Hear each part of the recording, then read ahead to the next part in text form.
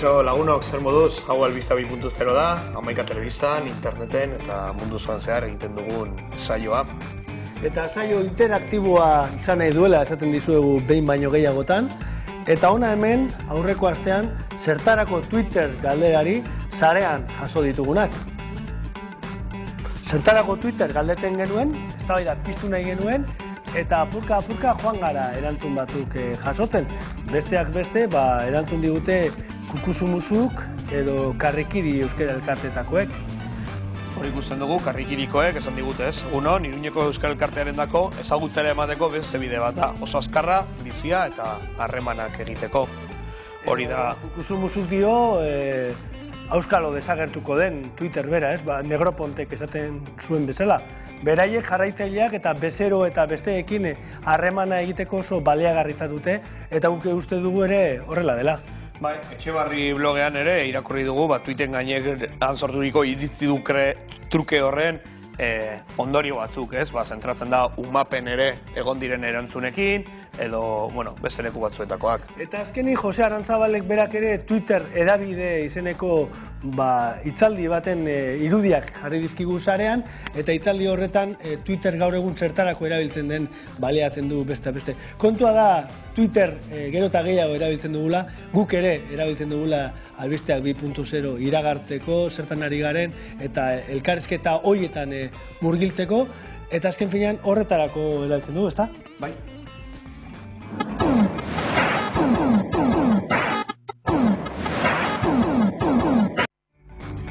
Eta ze albiste dago sarean aste honetan, Patxi? Sarea bera izaten da albiste edo albistegiak sarean. Guk kasu honetan iparraldeko albistei bea egon gara egunotan, eta iparraldeko albisteak, Lapurdi, Siberua eta Nafarroko albisteak ikuskatzeko zehobea kaseta.info agerkaria baino. Blog baten egituraren gainean eginda dago, baina egia esan albiste asko jasotzen ditu egunero, eta leku askotara edaten dituzten modu ezberdinetan, eta benetan eredugarri iruditzen zaigu proiektu komunikatibo hau, kaseta.inforena, izan ere funtzionatzen ari da, eta horrelako primiziak edo horrelako albisteak ere ematen dizkigu.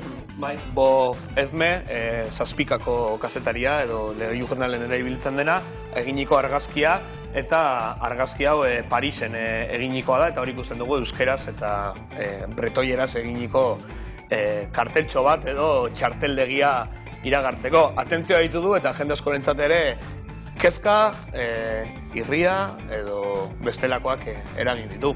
Bai, Pariseko metroan euskera agertu da, lehenago geltokietan hainbat aldiz aldarrikatu dute demoek eta euskaltzaleek Ipar Euskal Herrian bertan, baina euskera ofizialdu dute Parisen eta ez soilik gure lurraldean edo bere ohiko behar luken lurraldean.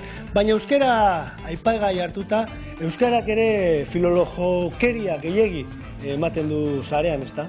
Bai, herri honetan badirudi filologo gehiago dela filosofo baino, eta horren inguruan ibili aste honetan, leku askotan, adibidez Zabaldun, izan ere, badirudi egaren baliokide izango den titulo bat eman nahi dutela unibertsitatea bukatzerakoan, ez? Zabaldun bakarrik gaiak izan ditu, hori ikusten dituzue, 10 erantzunetik gora, edo Karrajuan eginiko pixkat loturak eta bar, nahiko interesgarri ere ikusi ditugu. Esan behar da, Karrajua euskara irakasleen blog bat dela, batez ere euskaltegi munduan eta dabilen jendearentzat egina, eta oso sarrera interesantea egin dute gai honen inguruan, gerora erantzun mordoa sortu dituena besteak beste sustatu.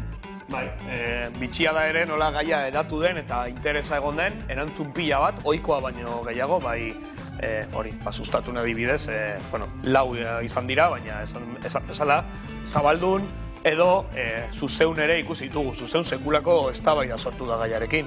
Zuzeun momentu honetan oso bizi dabilen albistegi horizontala da, eta kasu honetan ere heldu diote gaiari zelan ez, edo aurrekoan Perurenaren bideoarekin edo, eta gai honek ere eman du zer emana.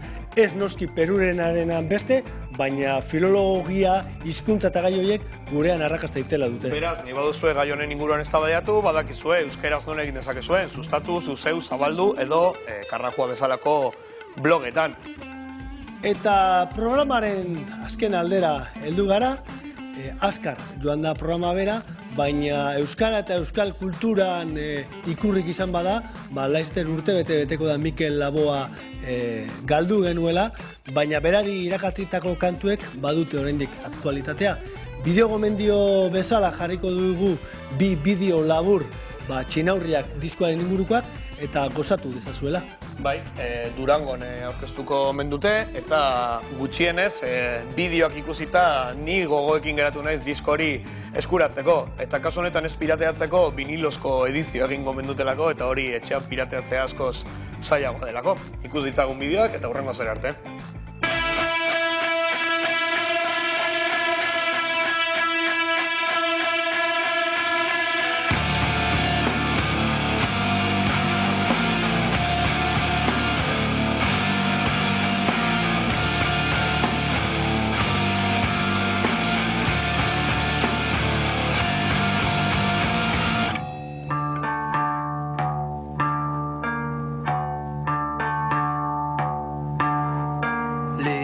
Lilurarik ez dago itzultzerik. Lilurarik ez dago itzultzerik.